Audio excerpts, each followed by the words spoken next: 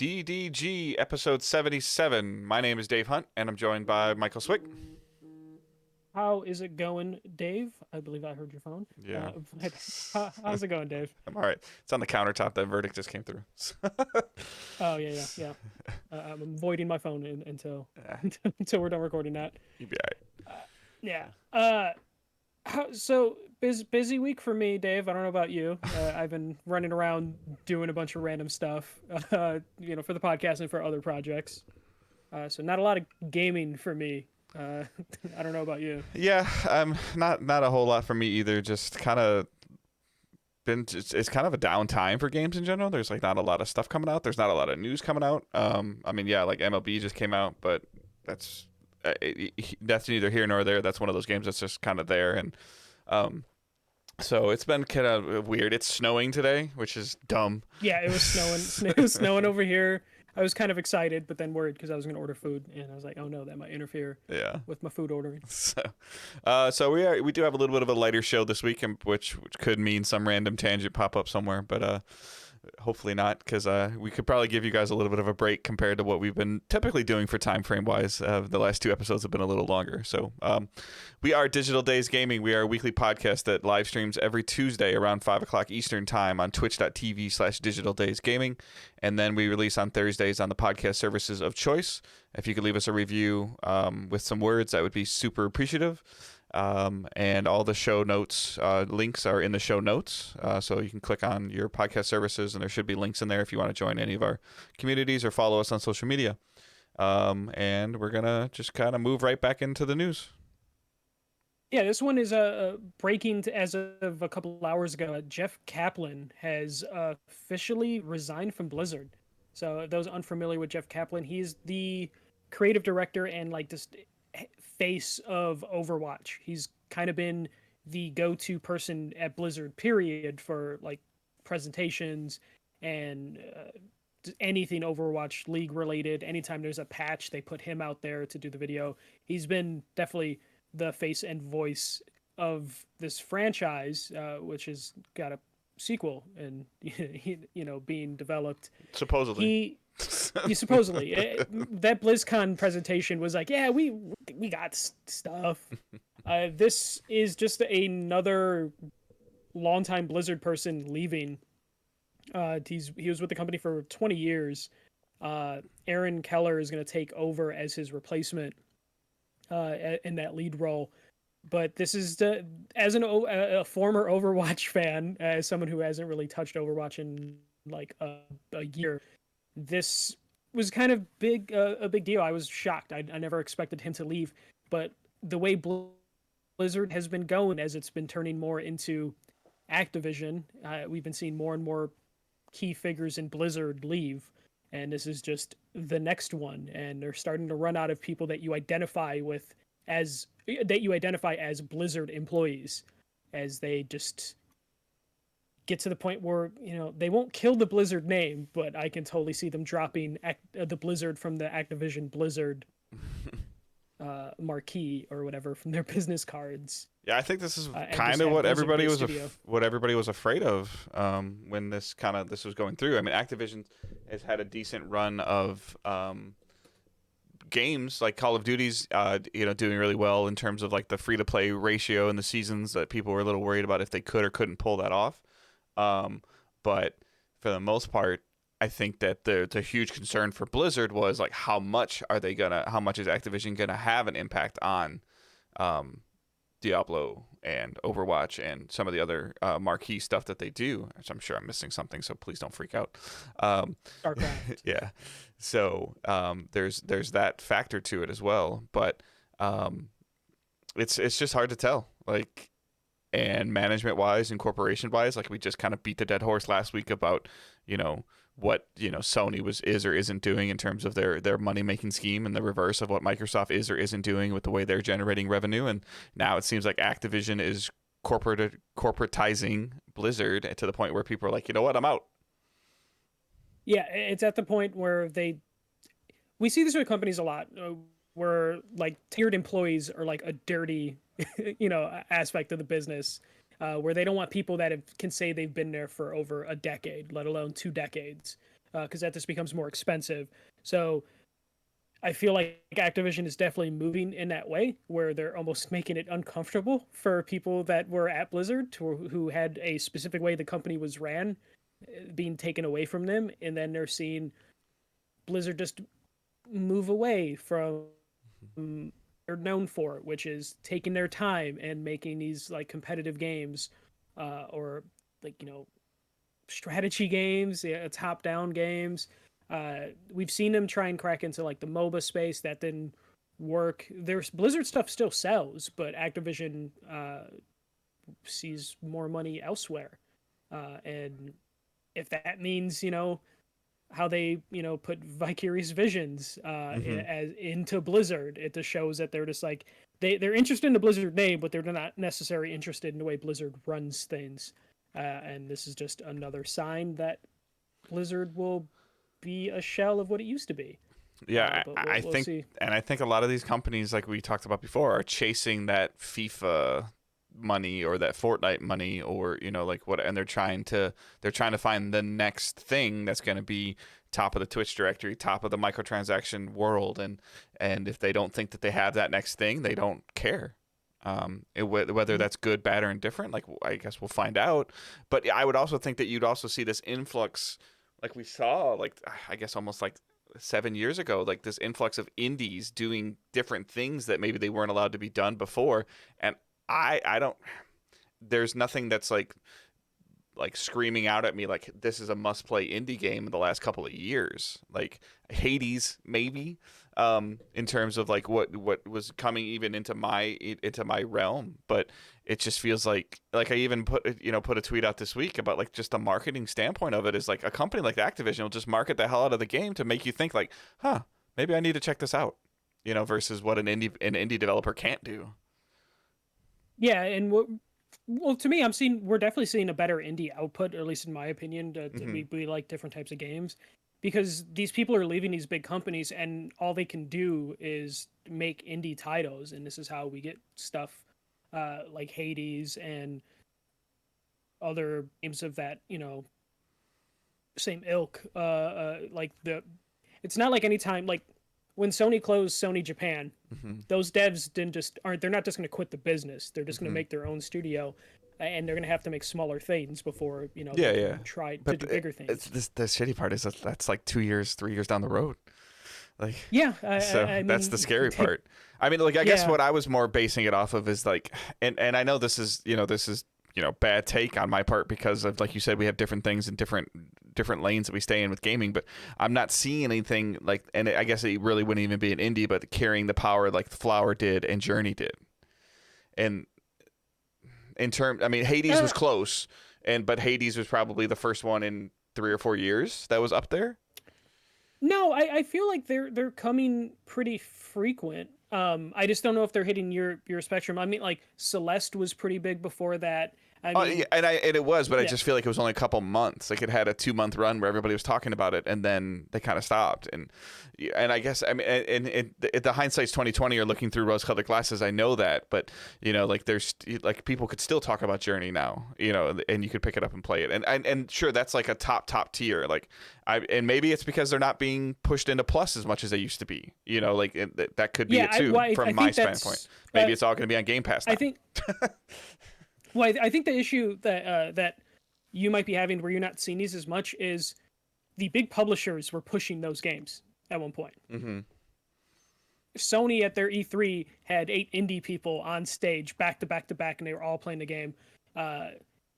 Nintendo had a press conference, and they would do the montage. Microsoft would have a press conference, they would do the montage, and there would be multiple spots where the spotlight was on the big publishers or the big console manufacturers, and then they would showcase indie games. You don't have that really right now. In full disclosure, I didn't watch ID at Xbox beginning to end either.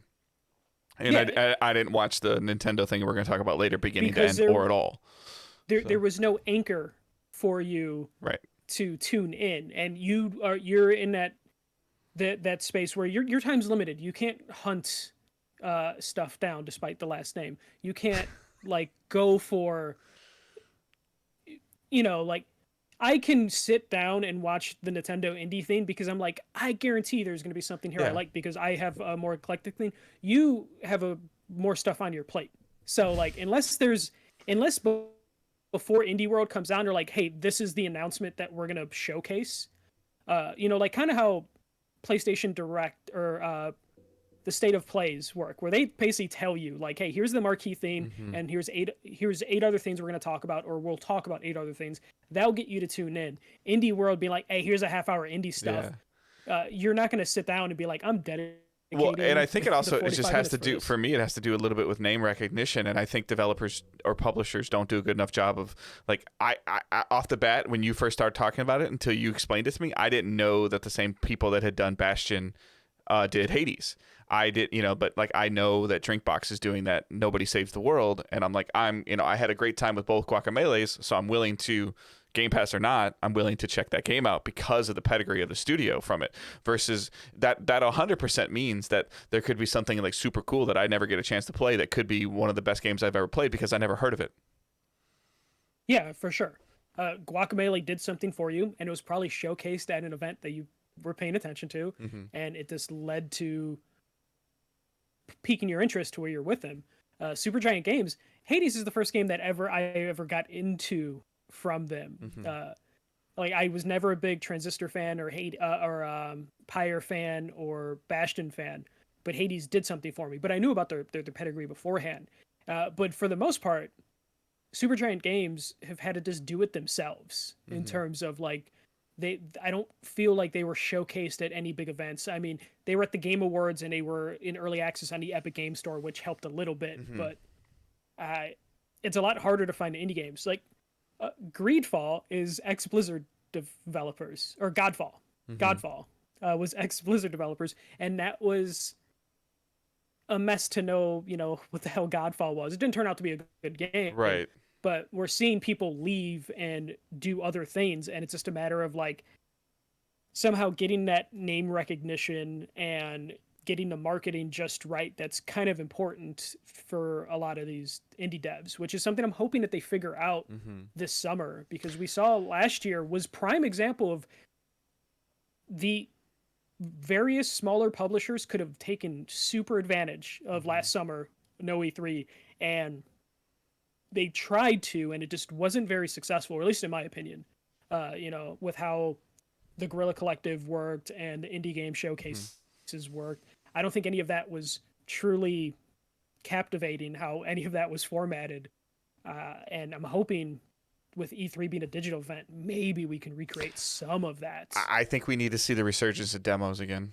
Like you can kind of look back at whether you like it or didn't like it, what Outriders did with their demo and with Game Pass, and to see their game sell so well. Like and like the headlines I've been reading was Outriders proves that average game is still sellable. Yeah, it's Outriders fills that thing that I harp on all the time of AA games, or whatever you want to call them, B tier games. And that was supported through the fact that they released a demo that's available and has progression that you can keep from the demo over into the main game. And then also the Game Pass thing boosted it like ridiculous, because it got people that weren't going to play it to talk about it.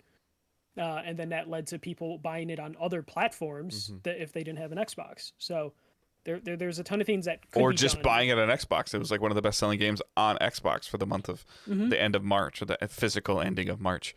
Which I think people like don't really focus too much on, is that discount you get with Game Pass if you want to buy the game. I don't think people focus on. There's enough crazy people like me that if I like the game, I will buy the game even though I have access to it on a service. And I think that's what helps a game like Outriders sell on Xbox, is that discount. We're gonna get. I mean, at this point in time, we're gonna get either an expansion or a sequel to Outriders, just based on the initial success. And when that will be, I don't know. But depends on Square Enix if they consider it a success. Hopefully, when I mean, in terms of how much money they got from Microsoft for Game Pass, and then how many units they've sold that to where it charted on MPD with only 3-day window for where it charted in the top 5 on the the sales charts for the month of March. Yes, I know it came out in April, but the month physically hadn't ended yet. So it came out in physical month of March. So, or fiscal. I can still see Square being like, yeah, I mean, we were expecting more money than the money we agreed to from Microsoft, and it just wasn't. I mean, at this point in time, with it being April being such a dry month, in gaming, I expect Outriders to be in the top 10 again. I think I would probably say that's safe to assume. If not the top, like right in the middle of, like, you'll have stuff in there. You may or may not have Returnal in there. You may or may not have MLB The Show. I think you will have MLB The Show in there. MLB The Show will totally be in there. Yeah, and then you'll have your Call of Duty, your Minecraft, like sprinkle in there. Some company will put something on sale, and it'll, like, as an example, if Nintendo for some reason decides to make Breath of the Wild like $40, which they never will, it'll just show up in there again. So. No, they just put out a trailer for Breath of the Wild 2, and then people buy Breath of the Wild at full price. Yeah, no, it'll definitely, Outriders will probably be in the NPDs.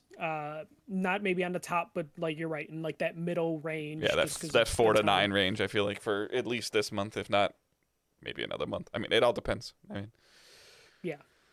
All right, let's jump to the thing that I was celebrating, but I wasn't like over. People are going to be mad at me. PlayStation is not going to close the Vita and PS3 store after all. Jim Ryan took to the PlayStation blog to say that they're not going to close those stores. They will still close the PSP store. Not too surprising. I would assume the Vita did have backwards compatibility with the PSP digitally, so like there probably wasn't a ton of people playing a PSP. I still have mine. My battery exploded. But you can play anything from the PSP library on the Vita, correct? Yeah. Okay. Obviously not UMDs, but who the hell still has UMDs? Yeah. The post, I love that Jim Ryan is the one, Mr. Anti-Backwards Compatibility was the one that did this post. I almost feel like he just did it just because he just was like, I need to be the one who gets, people keep fucking showing that somebody video. wrote this for him and he put his name on it. So. I know, yeah, but I guarantee it was his decision to like put my name on that. I want to be the one that makes the announcement. This still would have been better for him to read this, even if you read this exact thing they put on the blog on a video and posted it. Yeah, especially with Sean Layden liking every tweet that says Sean Layden should be back. I don't know if you saw that. No. Sean Layden's Twitter account, if you go to his likes, he's liking every tweet that's been like, we want Sean Layden back. Which again leads me to believe, like what I've said for a long time, is that his departure from Sony was not peaceful. Yeah, it had to be a power struggle. Not necessarily the worst thing in the world. Companies do that all the time. But yeah. It definitely. I want to make sure that I'm not spreading rumors, though. Yeah. Here's the initial thing that Jim Ryan put.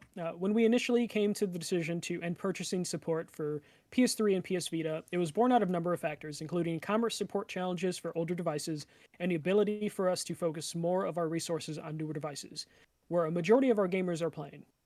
We see now that many of you are incredibly passionate about being able to continue purchasing classic games on PS3 and PS Vita for the foreseeable future. So I'm glad we were able to find a solution to continue operations. Basically, enough people said, what the fuck are you doing? That they're like, okay, we'll just keep it up. Doesn't say this is going to be the indefinite thing that like this is going to stay up forever. But at least for the time being, you'll be able to access and purchase stuff on the PS3 and Vita, which I think is good. The only thing that I get a little snarky with is same thing when Xbox created the problem where they're like, we're ridiculously raising the prices of live, and then went back on it. We're like, actually no, and people celebrated that. Right.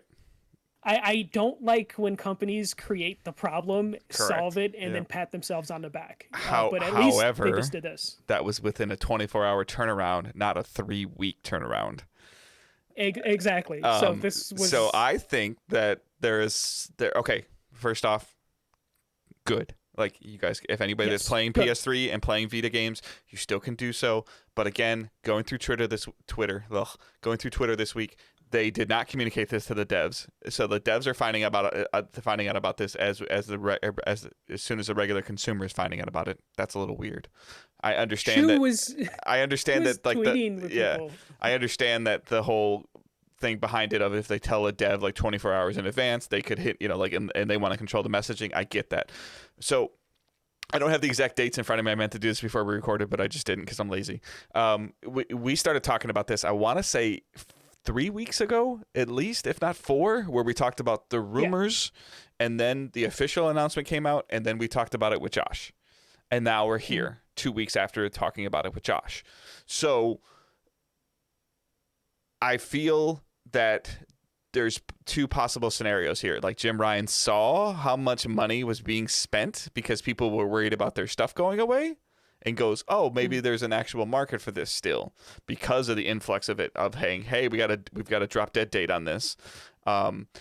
Or I think it just looks bad that they possibly, I'm going to say this wrong, but possibly use this as a way to generate more sales revenue, waiting a little bit longer to do that.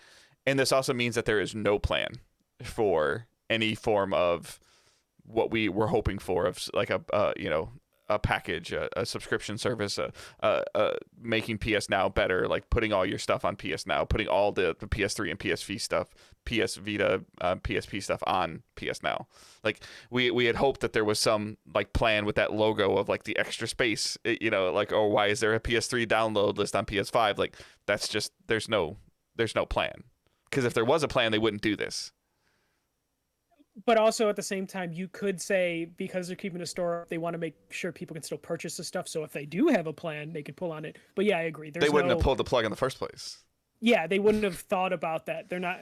Or they would have came out and said, "Hey, we're pulling the plug, but we've got something. We're working on something, but we need to pull this plug to start testing what we want to do." Like they would have been. Which, the tech is so old and shit. Mm-hmm. Which is the thing that we've heard for years of just how the PS3 store was made. Well, it's part of like why it took so long to be able to change your PSN name, stupid crap like that. Yeah, so. It's one of those things where I think it just came down to they looked at like the number of dollars coming in versus the amount of dollars it costs to run it, and then they just decided, screw it, it's not worth keeping this up, and then they would save money, especially for right now. Like, Sony is probably looking for anywhere they can cut costs, just because right now, we're in a pandemic. Mm-hmm. So I'm sure even if it was a very low amount of money losing keeping a store up, which I still doubt they were losing money, period, keeping those stores up, but it could be. They're trying to just cut whatever corners they can, especially when they're in the process of like giving, was it 250 million more to Epic to get a share of that pie. They're just looking to whatever corners they can cut, but they probably saw the influx. And this is an easy win they can give themselves. This is a pro-consumer move that they can make, even though it's coming from an anti-consumer move that they were going to do originally. I'm happy that this is happening, but it's... It just shows that there's not a steady plan in place. If they're going to do this and then they pull back from it, and people still have hopes that there might be backwards compatibility coming in the future, even though they're forgetting the fact that technically there's a PS1, PS2, and PSP emulator running on the PS4, because those games that they re-released on those are running off an emulator. So they have software emulation technology that they can run on a PS4. I just don't think that I don't think that they feel the return on investment is worth the investment. Yeah, I think they don't want to go through like the testing phase of like, that's why the Series X backwards compatibility isn't the full library, is because someone has to go in there and test it, or you have to like work to have someone have the internet be the ones who like curate and then find out which games don't work. That maybe if Sean Layden was still there, he would feel like there's like some sort of return, a hearts and minds thing. I think I mean, I know what you're saying, and I think like Phil Spencer talks about, like, I don't even think he's ever talked about it, but I could, well, I can't because I have an S, but you could, or if I had an X, if I go to like a flea market, or I'm like helping my buddy clean out his garage and I find an Xbox 360 game, there's about a 50% chance that I can put that in my Series X and it works. Yeah. And, and it might get a little bit of upscaling. It might get a little bit of detail checking, detail done there for, but, and I think that Xbox's company, led by Phil Spencer, felt they want the consumer to put the Series X on their in their entertainment center and know that that's all that they need. Yes, and when they started to work on all that back compatibility stuff, they were behind, and they Mm-hmm. needed any win they can got. They probably found out that Sony did not give a shit about backwards compatibility, and they were like, okay, we can offer something the other Mm-hmm. guys can't. And that's a And big that, deal to some. It's not a big deal to a lot. And to be, fully honest with you, like if I came across something like helping my neighbor clean out his garage and it was a 360 game and I had a Series X, I probably would put it in and think it's really cool that it worked and play it for 10 minutes and be like, damn, this game is old. I don't want to play this anymore. yeah, and it's one of those things where it's a nice box to check, Mm-hmm. and it's an easy way if the other side is so against the idea to make yourself look better, especially when you don't have any first party games Yeah. like available. And that's why the backwards compatibility list hasn't really grown on Xbox. They've tweaked stuff, but they haven't really added games to it because I think they're done Mm-hmm. adding games to the list because they have a avalanche of first party games that they're hoping to release within the next couple years that they want their resources focused on. Yep. It's if But if you laughed, Sony, if you laughed and pointed the finger at Xbox for making a decision on Xbox Live and then reverting that decision within 24 hours, you need to laugh and point the finger at Sony for doing the same thing. yeah, and that was my whole thing. Is just like, and it took them a month. And there's no word on if they're going to bring the web store back because the web store was killed before the store closure. Yeah, but I announcement was hearing horror confirmed. stories about your Vita having two-factor authentication, which is triggered by the web store, which doesn't. Since the web store doesn't work, you couldn't like refactor your Vita. There's a shit ton of DRM stuff that I would hope Sony would fix if they cared. And I've also heard the term watch battery in the last 2 weeks for all consoles and DRM more than I ever want to hear about it again. It's real bad. There's some And really it's bad fucked on up shit all on platforms. It's bad on PlayStation. Yeah. Xbox's battery is apparently even worse. So like everybody that's like, oh, like you're always PS4 one like, is real oh, bad. it's just like. Yeah. I didn't even know that All these that- damn consoles had watch batteries in them and that they could die. Yep. And I'm good. Like, And the fact that they're this there to keep the time, and if the time runs out, like everything goes wrong, it's stupid. they all look bad. Like, and I even started because I got into an Yes. argument with somebody on Facebook, not in our Facebook group, but I even started looking into Steam, and Steam's done it too. Everybody's like, "Oh, I own my games on PC," because like whether you're for a Game Pass subscription or you're for digital or for physical, if you buy all your stuff on Steam, it's all digital anyways. And there's at least 6 or 8 games that have have been revoked off of players' owned Steam libraries that they're just gone. So, Yeah, like you can have the offline files and run from that, but if you connect to Steam again, Steam will immediately be like, "Yoink, let's Yeah. just take that." So there is no perfect system. There is no brush that paints over everything and covers all bases. And you can sit there and say like, "Oh, I got my disc; it'll always work," until your console doesn't work and it costs $1,400 to buy another console. Yeah. All right. Next story. Just a quick one. This is the thing that we've been talking about. This is something we've been talking about that could lead to other things. Xbox Cloud is coming to web browsers, both on PC and Apple devices, so iPads and iPhones. This will run off Safari or Chrome or Edge. Invites are going out this week for that, for Ultimate members.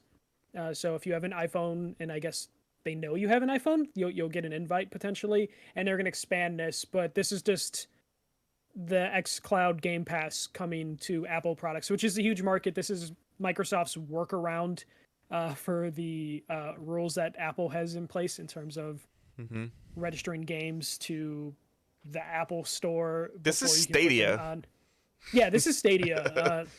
I'm more curious about this. Like, I don't see myself playing through a browser, but I'm more curious about just. If you're a Game Pass Ultimate member, why are you playing through a browser anyways? Just play on your on your PC. Yeah, I guess if you have like basically. a really bad, or you travel like on your laptop, but even then, if you're traveling, like the internet's probably not good enough to really do this. And that'll be the huge caveat. Like if this works, like Yeah, I'm just more curious about just the implementation on how it works, and the ease of use, the library that's going to be on there, the constant battle these companies are having. this is how Microsoft's Apple. going to show Apple, like, hey, this is like. Look like whether we want it or not. Like, this is what Microsoft's going to show Apple in terms of being able to get an app on there, which they'll probably still have to give a percentage of the app download sales to Apple, of course. And but- at this point, and at this point they'll just tell them, "Fuck you, we don't need you. We run off Safari." Right. So the implementation there will be interesting. I'm excited about this just because I feel like this is the thing they had to take care of before they do a TV app or something. Like this is the pillar that if they can get this to run on fucking Safari, that they can then develop an app on a TV. I think that they get can. going. It actually, they can, Yeah, it but- runs pretty well on 5G. So But I feel like this is the thing they had to do first. Like if they couldn't get it playable on a browser on a computer, they weren't going to spend the resources on an app on Right. Roku and Samsung and all that shit. So this is, I guess, just one domino falling that's going to lead to them pushing this everywhere. No idea how long this beta. There are going to be 50 games that they've put touch controls into, so they've actually done the work to. they're doing that add touch controls constantly. And the list is up to 50 already, which I didn't know until Yeah. I read this article.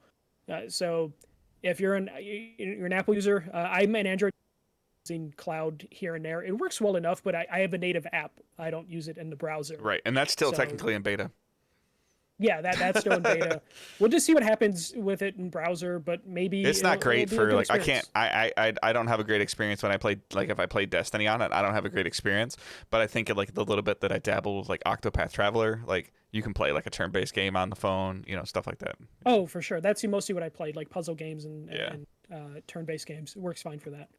We'll just keep an eye on that and see how far they can get with that tech. And Apple will see if Apple comes begging to them of just like, all right, fine, fuck it, put it on our store. Right.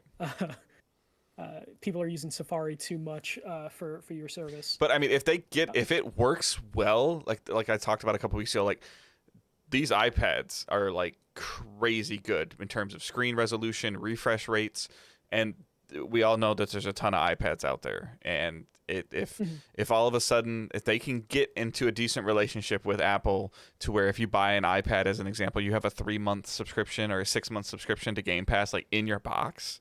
Like if they can get to that level, it would be crazy just to start telling people like, hey, just you already have a controller or like a regular Bluetooth controller, and just you can play Gears or you can play the next Halo on your iPad.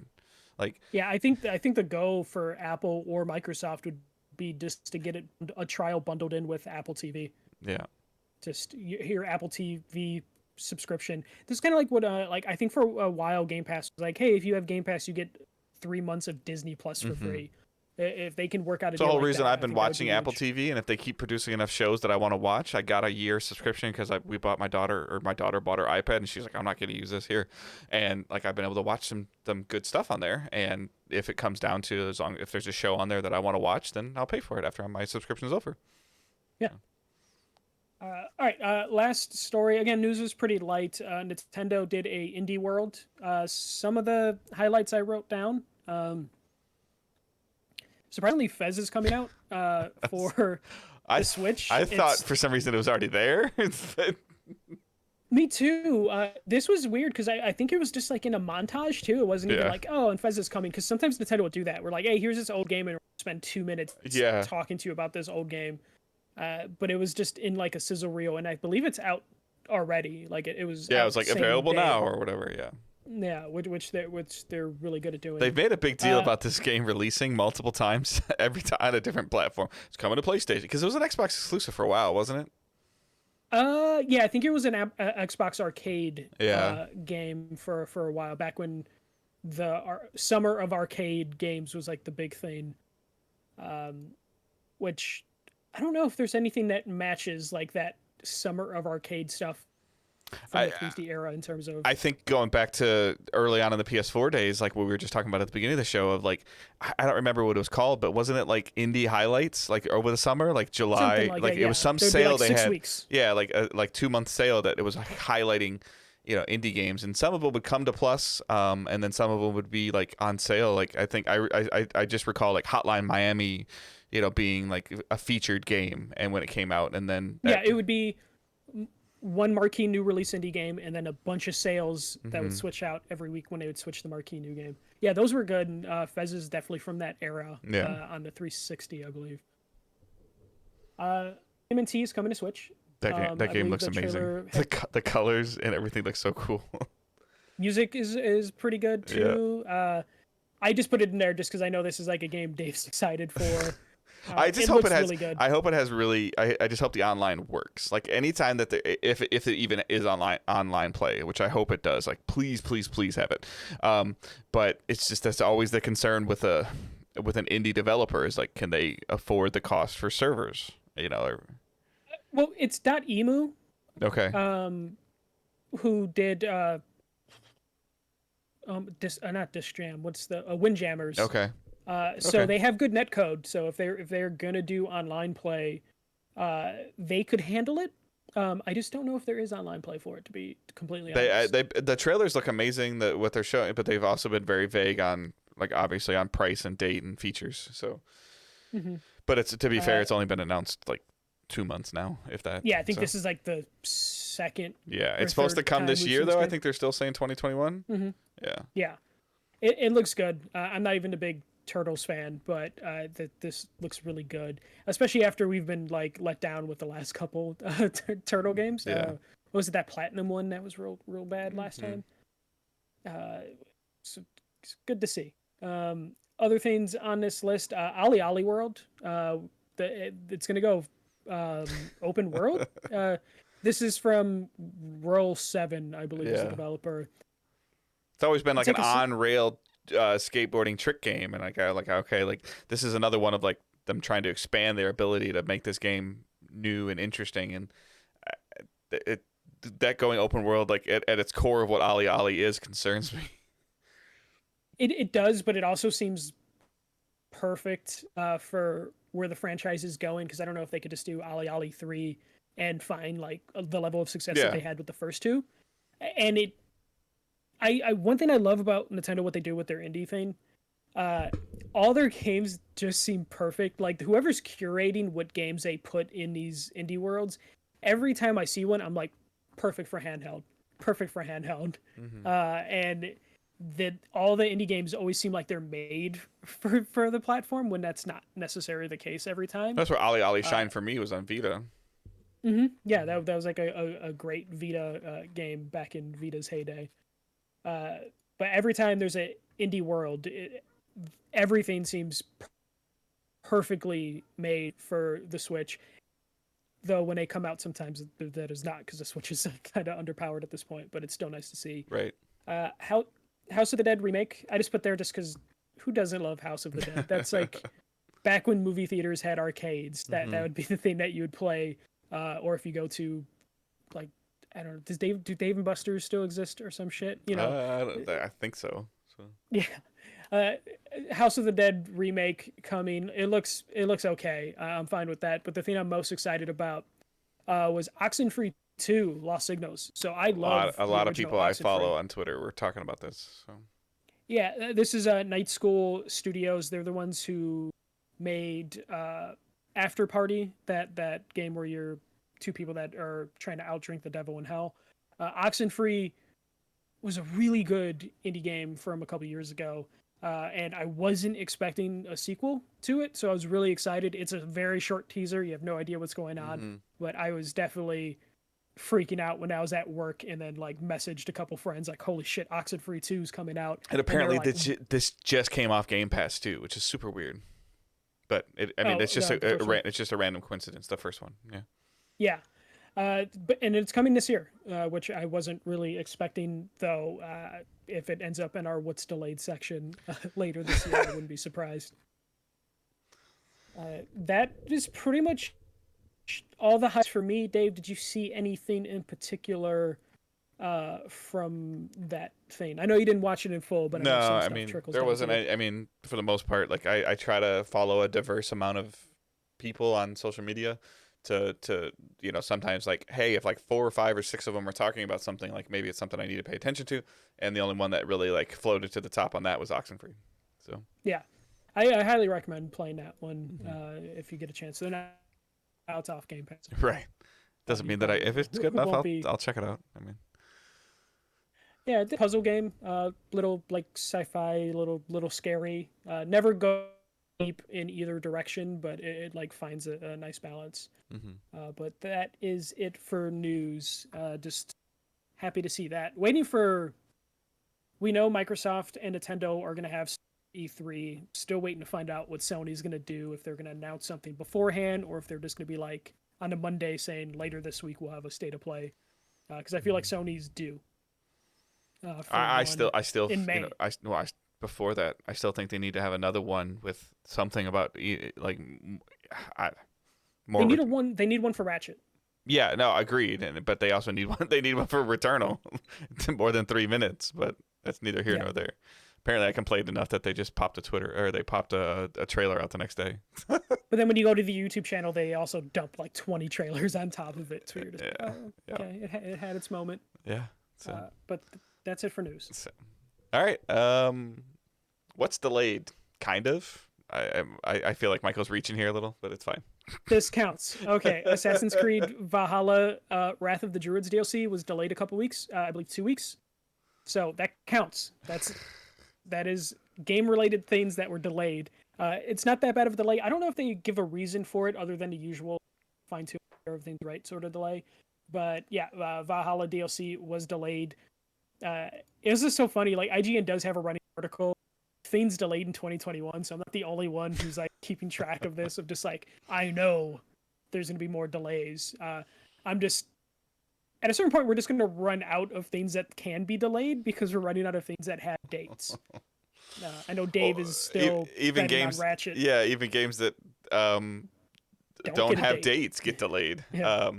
And you know, like full disclosure, like again, I hope I'm wrong, but you know, like in my mind, we talked about a little bit before we recorded. Ratchet's got about 10 days before before I'm like, okay, well maybe it's actually gonna hit it. Yeah, the next announcement from Ratchet is gonna be we either went gold or we got delayed. Yeah, I hope it comes out because that's definitely a game that I would love to play, and I think it comes out like on a tentative week I'm on vacation, so that'd be great. And that'd be very good for you. Yeah, I used to. I loved playing the Ratchet games that I played. I don't have like, they never had any like amazing like story moments or anything in them, but they were always fun. So and I'm looking forward to it. I'm looking forward to playing a game on PS5 that only can work on PS5 that I care about. Yep, and you don't even sound that excited, but yeah, no, I'm just happy. Like I'm gonna pick up Returnal day one and Ratchet day one. Just because it's been a while since I've actually bought a game. Last game I bought was Yakuza Like a Dragon. Everything else, I mean, that's the last like big game that I bought. I bought a bunch of indies in between, but big $70 games. Yakuza Like a Dragon was the last full price game I picked up. All right. So what we're planning on watching, mine's gonna be pretty short. I don't remember if I talked about it or not, but watching wise, Angela and I went through all of Ted Lasso. You mentioned briefly, but I think it was you just started Ted Lasso. That's really good. Even if you don't like soccer, like that's really, really good. And the fascinating part is if you're paying any attention to soccer right now, there's a really cool, interesting thing that started up and then now is kind of dying with what I was super interested to see if it actually happened where like these mega teams in Europe wanted to like split off and make their own league because they're getting tired of like FIFA. And FIFA's like, well, if you do that, you can't play in the World Cup. And they're like, wait, what? Yeah. So, like that's how we make money. Yeah. So like that's like even but with Ted Lasso it's just a great show. Like again, I know it's people are like maybe get a little turned off of it because it's soccer and then it's European soccer. But soccer maybe plays like or football, whatever, sorry guys. Whatever you want to call it. It's probably only I would say like 10 or 15% of the show. The other 85% is just genuinely good writing and funny moments. So and then somebody brought it up to me too as well. Like a year ago, we watched Mythic Quest, and apparently, like we must have watched it just before they released a Mythic Quest quarantine episode. And Ansel and I watched that last night. It was like a 30-minute thing that was hilarious. I wish I would have seen that like last year in the middle of the quarantine, but that was hilarious. If you're not a Mythic Quest fan, you could probably still check it out and think it's funny. But there's another episode that we'll probably watch. And the basic stuff, Falcon and the Winter Soldier, it's getting really good, and I'm like, wait, there's one more. Like, yeah. So, and Mighty Ducks is kind of like, I guess that they're taking a break. Like yes. there's like 6 episodes, and then they're gonna take like a break, and whoever knows how long it is or isn't. Um, and I feel like this last week's episode was like a throwaway episode. I'm like, this sucks. Like the mom's like hockey tournament or whatever. Like I felt like it was just a throwaway. I fell off honestly after Yeah, like no, the second episode. I I don't just fell blame off. you. And I'm kind of Yeah. just like, like we, tease/spoiler. We talked about it in our Patreon episode. Like, there's supposed to be ducks, original ducks that are making cameos. That hasn't happened yet. That means they're gonna pop in that last episode. Yeah, and then it's gonna be like, throwaway. yeah. But then the other one, and again, I whatever, call me a Disney sucker. It's there. I'm on the app. I'm watching it. Big Shot with John Stamos. That was like that's a basketball coach. Yeah. It was okay. Like enough for me to want to watch the second one. But he's like this big wig NCAA coach that Bobby Knighted a referee with a chair, and he got fired or whatever. And then his agent, the only thing his agent's ever able to do is to get him a head coaching job at a high school girls prep team. And then of course, he's dealing with the typical like athletic parents. But yeah, it's John Stamos. If you're a Full House fan or a John Stamos fan, he's a pretty good actor. So, and then Angela and I played a little bit more for the playing part. We played a little bit more It Takes Two. Is that deceptively long? Because it seems like that'd be a perfect like 4 or 5 hour game, but it sounds like it's like a 12-hour game. No, for you, like if you and Sarah sat down and played it, you'd have it done in a Saturday afternoon. Okay. But there are certain aspects of there are things in it in general that are just challenging and takes a minute or two to get the coordination down. There's a level that one person is responsible for like the hang glider of like moving it up and down, and while the other person is shooting, and you're relying on the person that's shooting to burn a couple areas away, and then the person that's moving the glider up and down has to get through some things. So I love my wife, but she's just not as coordinated and at video games as normal people are, and it something that would take you and Sarah probably 2 or 3 turns is probably taking us like 7 or 8 turns. From what I've heard from other people playing it, it sounds like there's a couple sections in a lot of his games that are like that, where they're like way more challenging than they should be for like fun co-op games. Yeah. And the biggest thing especially too, if you're playing online. Yeah, the biggest thing you're too playing is in person. it's not there's some co-op games that like one person can carry, and that's not possible in this game. Like, no, it sounds like it's legitimately cooperative. yeah. Like with whatever everything. But yeah, it definitely has some challenges and different things that require like the first player to do something so the second player can do something, and if the first player doesn't do it, the second player can't, and vice versa. So it's fun. I'm having a good time with it. I would like to, and this is no discredit to my wife at all, like the first part of it is I'm enjoying playing the game with my wife. We're laughing, she's getting annoyed. She's probably flicked me off more times playing this video game than she has in my entire marriage. But it would be fun to play with somebody that is more video game dynamic. That's all. And again, I'm not a great player. Like, I struggle too. But just to see, how things would work, or for me to play through as the other character. So, but well worth the $40 price tag. Like, and I still never took care. Her and I started to play A Way Out, and I think that was just a little bit too realistic for her. And It Takes Two is definitely not as realistic. So it also sounds like, from what I remember, A Way Out story-wise wasn't like all there, as opposed to Way Out seems to be like catching people more. Like there's more character work in there that people are being drawn to, from what I understand. I feel like the reception to It Takes Two is way better than it was for A Way Out, and it seems mostly the complaints I heard were story related for A Way Out, and I'm wondering the story. yeah. Other than parents messing up and playing that game with their kid, not realizing the game is a little darker than like the trailer shown. Yeah. It's definitely like a pretty interesting story that's going on in there. But I think we're pretty close to the end from talking to a couple of my friends. So Yeah. But then us, just let alone Angela and I matching up our schedule to where we both A, have the energy, or B, are home at the same time to focus on playing a video game like that is, and we try to stream it, like, so. Yeah. But that's pretty much it.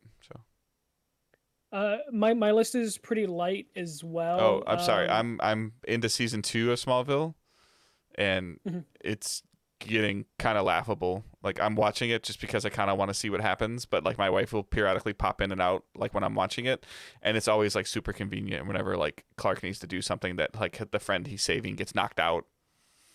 Oh yeah, no, that's a trope of that show. Yeah. Where that show is not to be taken too serious. No, and it does have its... and I'm good. I like the stories that's going on, and I do want to learn more, about Superman's like story arc and storyline, but like it's just his friends have head trauma by like season 3, which makes sense why some people just don't know he's Superman. It's because they just constantly are getting knocked the fuck out. Which I appreciate shows back then just being like, oh, how are we gonna explain them not finding out they got knocked out, as opposed to like in the era now where they're like, oh, we need to find some convoluted way for can't figure out who he is. Yeah. Smallville was just like hit him on the head. Yeah. Cool. All right, we'll do it. So my list is pretty light. As I've been talking about the last couple weeks, I've been trying to get through Enslaved: Odyssey to the West. It's a 360 PS3 game because I'm going to do a spoiler cast for it for Digital Days Gaming with Chris from Active Quest. Finished that up, or I still have like one mission left, but that will probably release sometime next week when I get around to edit it. I've also decided to back the movie podcast that I occasionally will bring up on here. So that's taking my time as I've already recorded 2 episodes of that, and I have like 4 hours worth of fucking podcast. We'll put whenever Michael does edit it, it'll have a link in the show note because anything that he does is always interesting. Yeah. So that's going on there.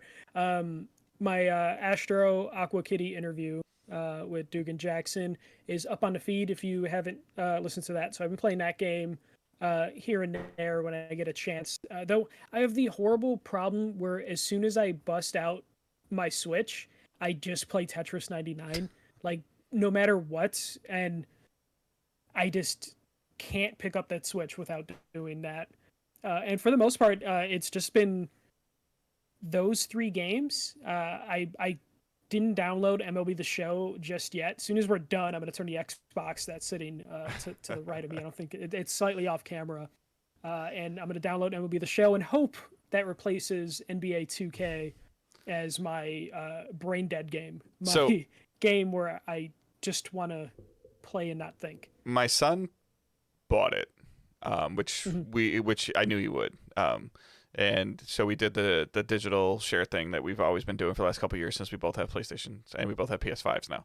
The thing that's interesting is that he was actually talking to me about it before he bought it, is that there are some actual decent things that come. I think he got the $80, $85 version. I don't remember. Jackie Robinson. Yeah, because the create a park thing, the stubs and the virtual currency or whatever they use. My account is the primary account. He probably actually still has a parental controlled account now that I say it out loud. He's 21 years old. But I'm sure that he's never ran into an issue where he can't play something. But the thing that's weird is that like the pre-order bonuses come to me. Like, so I was actually doing some reading, and he's actually playing it on my PSN account. And I'm hoping that I'm thinking like after maybe he redeems some of that stuff, that maybe he can take his save and put it on like a USB stick and then maybe put it on his account. I was hoping. But the stubs and stuff at least. Yeah, but I'm thinking after he's already spent them. You might have found a loophole, but I have a feeling Sony wants their money, and they know. No, and I'm fine. Like I'm saying, like after he's already spent them on his character and upgraded his character or whatever, and he's like that, maybe he can move it to, because the problem that we're running into now is that if he's on my account, I can't be on my account. So it's not a big deal. We're usually not home at the same time, and the best part about it is that if I want to play the show, I can just play it on Xbox. Yeah. But I just wanted to the thing that also that it was irritating, and I thought that maybe they would have fixed this with the PS5, but apparently not. So he bought it. We set it up to download. I got the little notification on my phone that said ready to play. He got the notification on his phone that was ready to play. Like sometime in the middle of the night, he came upstairs in the morning to play it. He launched it. It had an in-game install that was almost double the size of the PSN download. Yep. No, that is still a thing. And it took forever. And it takes forever to do that.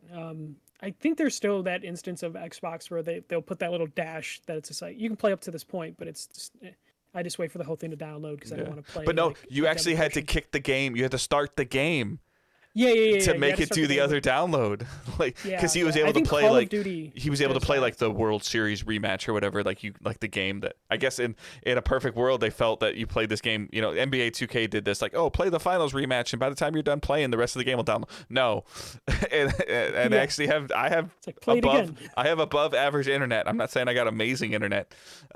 You know, so it was just. But it's like a 40 gig game, so you should Yeah. be able to. Right, To and do it was that. just he was like annoyed actually. So because then he's like, well, I gotta go to work now, and I'm like, I'm sorry, bud. So, Yeah. And so just to jump to the questions, Andy asks if we spent time with the show yet. So there's our answer. We haven't had to that. And just like the loss on like moving your character year to year is gone this year.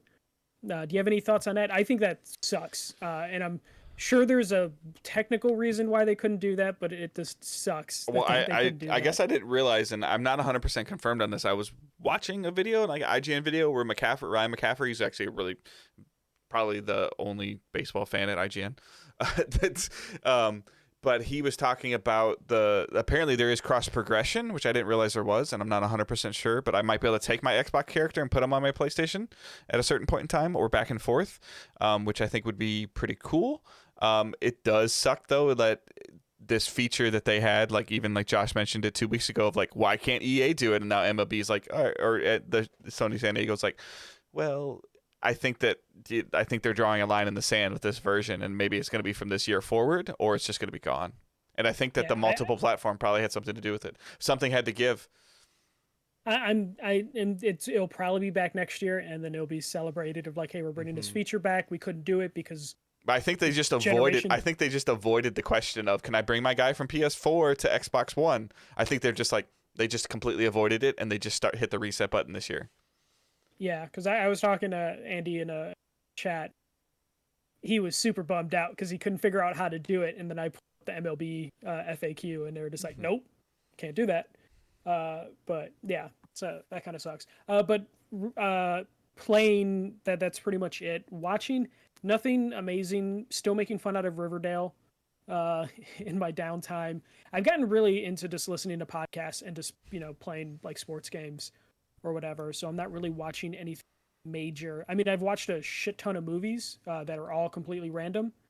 So I'm not going to go through the process of like mentioning those here just because it'd be a while. And I've talked about those movies enough this past week. So that's it. Yeah, for if you me. want to know the random movies that Michael's watching, like I said, we'll link to it later, and you can listen to that. There'll be a podcast next week that has them. That super long thing that you may or may not want to listen to. So we answered Andy's question. Anybody else that sent questions, they can use hashtag AskDigitalDays. Post them in the Facebook group, post them on the Discord, post them on Twitter. Twitter, especially if you use the hashtag, we can just search the hashtag, so that works. Randy Pinnock, what's your favorite AAA Switch game? Anything from Nintendo. Animal Crossing, Mario Kart is still that. AAA Switch games are always just going to be from Nintendo because a lot of AAA third-party games do not come to Nintendo platforms for obvious reasons. So it's the boring answer, but I feel like it's the only answer that makes sense for the Switch. In terms of just like AAA games that are available, they're going to have the Nintendo logo. Yeah, I mean, based on the little bit of time I've had with the Switch and the main reason I bought the Switch, the one that I would say right now is Paper Mario. Yeah, the like current, and then Breath of the Wild before that for you. Yeah, which Right? I still didn't finish.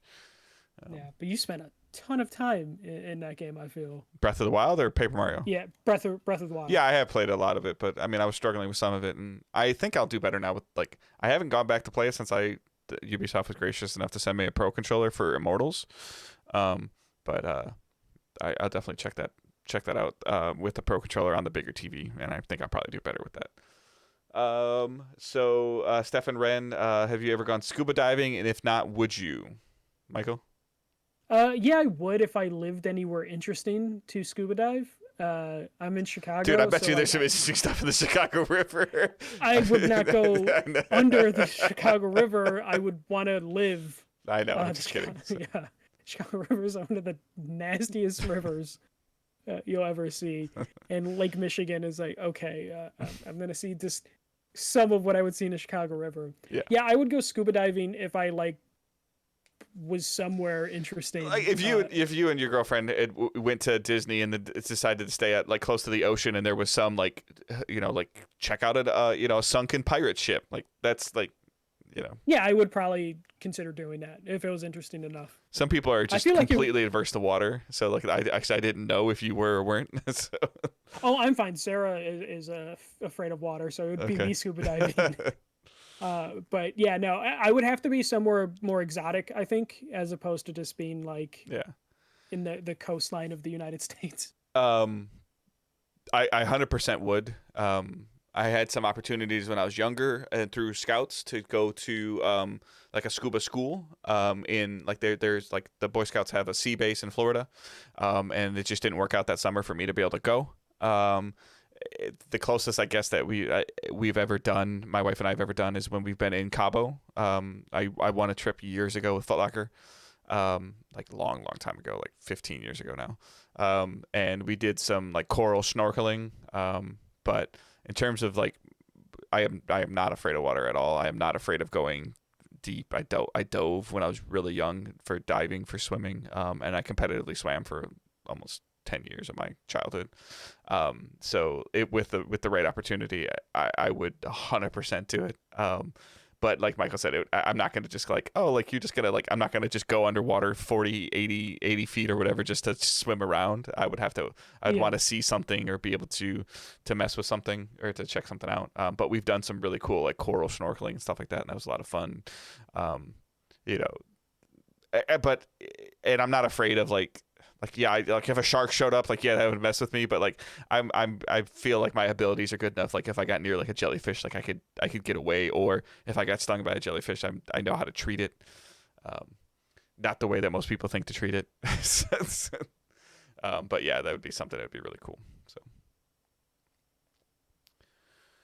All right, those are our questions. Like we said, it's probably going to be a little bit of a shorter show. Spotlights this week, obviously the Patreon episode. If you a part of the $7 tier, there's a Mighty Ducks one, and April's almost over, so we have to record something else. And then if you're on the feed, listening to this on your podcast services, there is another. Before this episode, there is a developer interview for the Astro Aqua Kitty team. Michael did a great job with that interview, speaking to that developer and talking about it. It's kind of interesting. Like there's not a whole lot of talk in there, but there's definitely, this was before we knew that this is after we knew the store was closing, but before we knew it was opening back up again. Yeah. So there's a little mini time capsule thing in there. So definitely check that out. And then please, if you have any recommendations for other people, guests, I know there's a couple guests that we're working on right now for the show, or possible interviewers that you would like us to do, developers, tag us, and then we would love to conversate back and forth. There's the emails in the show notes. You can give that email to somebody else and say, hey, like email them. Maybe they'll, Michael checks it, I check it. We'll definitely, I don't really think that for Michael and I, that there's anything that I would say that's off limits that's from a gaming standpoint. Yeah, we're pretty open to even everybody's, even if it's a game that me and Dave aren't going to be interested in. That would be why we'd want to talk to the person, then learn more about that aspect of gaming. So definitely recommend stuff to us. Yep. We'll so the social networks, you can follow the main account at Digital Days Pod. You can follow Michael at the first MJC 1ST. You can follow myself at Good Dave Hunt. Facebook group. Discord server is all linked in the show notes, and then our patreon.com/digitaldaysgaming. $1 tip jar essentially pays for a year of podcast hosting, a month, not a year, a month. Sorry, 1 year of payment pays for 1 month. There we go. $3 Discord access to a private Discord channel within the server. You don't need to pay to get into the server. It's just a different channel. $5 gets you 24-hour early access to the show, and $7 is the monthly bonus episode. Mighty Ducks, Halloween traditions, E3 stories, origin stories are all in there. So with that's all I have this week. Yep, no, that's same for me. So we'll leave you with a shorter episode this week, so you can still catch up, because you're probably still getting through that Josh episode. I'm still trying to catch up on my sleep schedule from that Josh episode. Yeah, that messed you up probably. All right, I hope everyone has a great week. Keep moving forward. Don't be a dick. See ya.